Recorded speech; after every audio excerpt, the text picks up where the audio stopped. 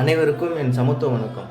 நீலாம் ஊராட்சி மன்ற தேர்தலில் பங்கிட்டனா உன் தலையே துண்டாக்கப்படும் அப்படின்னு சொல்லியும் ஊராட்சி மன்ற தலைவரானவர் தான் மேலவளவு முருகேசன்.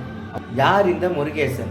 1996 மதுரையை சேர்ந்த மேலவளவு என்ற ஊர்ல ஊராட்சி மன்ற தேர்தல் நடக்குது. அதுக்கு முன்பு வரை அது பொது தொகுதியா இருந்தது. அதற்கு பிறகு அது தனி தொகுதியா மாற்றப்பட்டது. அதுல ஊராட்சி மன்ற தேர்தலில் நின்று வெற்றி பெற்றவர் தான் முருகேசன்.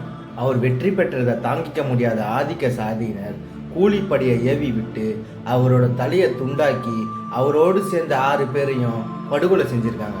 என்னதான் மேலவளவன் முருகேசன் திமுகவோட உறுப்பினராக இருந்தாலும் சரி, அன்றைக்கு இருந்த தலித் பேந்தர் விசிகா தான் அவருக்கு நீதியும் பெற்றுவிட்டது. அவருக்காக மணிமண்டபம் கட்டி இருக்கிறது.